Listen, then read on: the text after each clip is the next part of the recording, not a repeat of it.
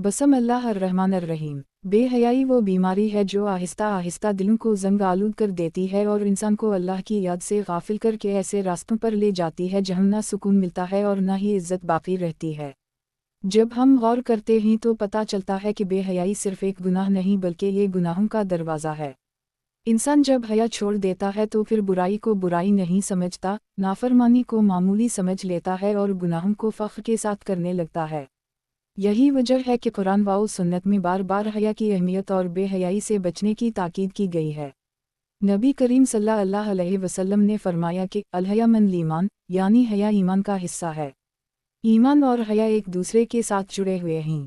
अगर हया निकल जाए तो ईमान भी कमज़ोर हो जाता है और अगर ईमान कमज़ोर हो तो हया भी ख़त्म होने लगती है।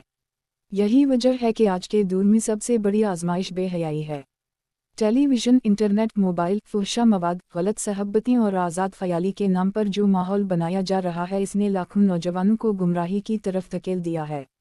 ऐसे हालात में सवाल ये है कि एक मुसलमान बेहयाई से कैसे बच सकता है और अपनी ज़िंदगी को पाकीज़ा कैसे रख सकता है। सबसे पहली चीज़ ये है कि इंसान को अपने दिल में अल्लाह का खौफ पैदा करना होगा।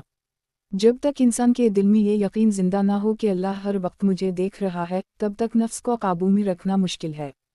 कुरान पाक में अल्लाह ताला फरमाता है, आलम याउलम बान अल्लिया यरा, यानी कि वो नहीं जानता कि अल्लाह देख रहा है। ये एहसास जब दिल में मजबूत हो जाता है तो इंसान बेहयाई की तरफ कदम बढ़ाने से पहले ही रुक जाता है। दूसरी बात यह है कि इंसान को अपनी निगाहों की हिफाजत करनी होगी। बेहयाई की जड़ अक्सर नज़र ही से फूटती है। इंसान जब गलत चीज़ को देखता है तो दिल में ख्वाहिश जागती है, ख्वाहिश अमल में बदलती है और फिर गुनाह की राह हमवार हो जाती है।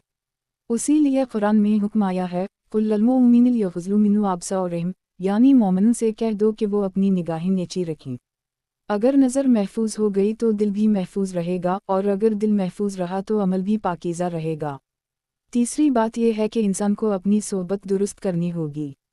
दोस्त वही होने चाहिए जो दीन की तरफ बुलाने वाले हों, बुराई से बचाने वाले हों और नेकी में मददगार हों। अगर दोस्त ही ऐसे हों जो फुहशा कलामी करें, बेहयाई पर अकसाते रहें या मजाक में भी गलत चीज़ों की आदत डालें तो फिर बेहयाई से बचना मुश्किल हो जाता है। अच्छी सोहबत इंसान को जन्नत के रास्ते पर ले जाती है और बुरी सोहबत जहन्नम की तरफ धकेल देती है। चौथी चीज़ ये है कि इंसान अपने वक्त को बेकार न छोड़े। फारिग वक्त सबसे बड़ी आजमाइश है।